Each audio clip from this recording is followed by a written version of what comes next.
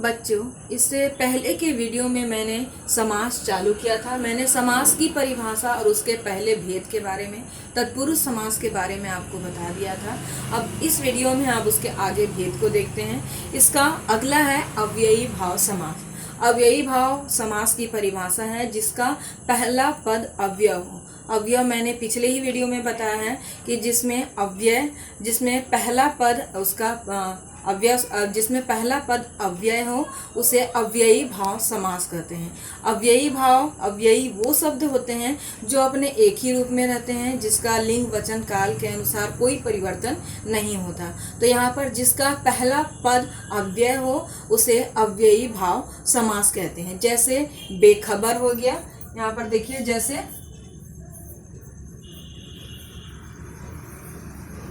बेखबर हो गया जिसमें ये पहला शब्द है और ये पहला शब्द हो गया और ये दूसरा शब्द हो गया। बेखबर का जब हम विग्रह करते हैं तो इसका विग्रह होगा बिना खबर के। तो ये जो बिना शब्द आता है वो आपका अव्यय शब्द होता है।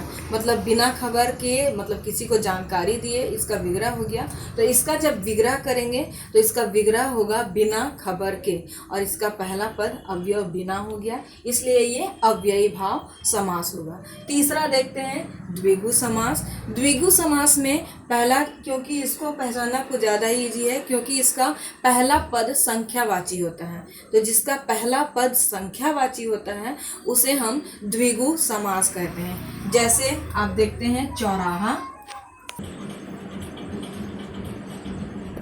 देखिए जैसे चौराहा हुआ तो इसमें चौ और राहा आपको समझ में आ रहा होगा कि ये चौ संख्यावाची होता है। इसमें मैं आपको पहले ही बताई कि द्विगु समास में जिसमें पहला पद पूर्व पद को बोलेंगे, तो जिसमें पहला पद संख्यावाची हो, नंबरिंग वाला होता है, उसे हम द्विगु समास कहते हैं। तो यहाँ पर अगर विग्रह करते हैं तो विग्रह होगा चार राहों का समूह, अर्थात आप इसको समाहार भी बोल सकते हैं क्योंकि बुक में समाहार भी दिया होता है। और समाहार और समूह दोनों का अर्थ एक ही होता है, तो दोनों तरह से विग्रह कर सकते हैं। जैसे चार राहों का समूह या फिर चार राहों का समाहार, दोनों का अर्थ एक ही हुआ। विग्रह इसका इस तरह होगा। आप देखे होंगे कि तत्पुरुष का कुछ और था, अव्ययी भाव समास का कुछ और हुआ और द्विगु समास का विग्रह कुछ और होगा। इस तरह सारे का विग्रह अलग अलग होता जाएगा। बताना इन लोग का बस यही है कि सबका अर्थ बताते जाना है, लेकिन अर्थ बताने का तरीका सबका अलग अलग है। तो द्विगु समास हुआ जिसमें पहला पद संख्यावाची हो, उसे हम द्विगु समास कहेंगे। जैसे पंचवटी वगैरह हो गया, ये सारा सप्तऋषि हो गया। तो जिसमें पहला पद नंबर वाला आता है वो आपका द्विगु समास कहलाएगा। चौथा नंबर है आपका द्वंद्व समास।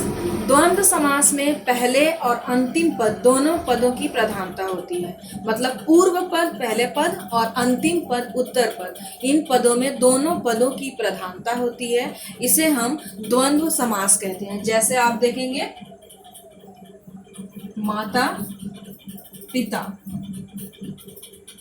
ये अक्सर इसका द्वंद्व समास में जब दिया रहता है एग्जाम्पल, तो इसको भी पहचानना ईजी है क्योंकि इसके बीच में योजक चिन्ह रहता है जिसे आप डैश कहते हैं। यहाँ पर योजक चिन्ह रहेगा, मतलब माता भी यहाँ पर विशेष बोला गया है और पिता भी विशेष बोला गया है। मतलब दोनों पद प्रधान है, दोनों पदों का इम्पोर्टेंस है, इसलिए इसका विग्रह जब करेंगे तो विग्रह में केवल और जोड़ेंगे, माता और पिता। ये द्वंद्व समास का विग्रह हुआ। ठीक है। जैसे लाभ हानि बोलते हैं, भाई बहन बोलते हैं, ऊंच नीच बोलते हैं, तो ये सारा जो एग्जाम्पल आता है, ये सारा उदाहरण आपके द्वंद्व समास में आएगा। अगला समास देखिए कर्मधारय समास। अब इस वीडियो की चर्चा पांचवें कर्मधारय समास है, जो इसकी चर्चा हम अपने अगले वीडियो में करेंगे। आप यहाँ तक थोड़ा बुक पढ़ें और उसको समझने का कोशिश करें ताकि आप अच्छे से समझ सकें। अगले वीडियो में देखते हैं। धन्यवाद।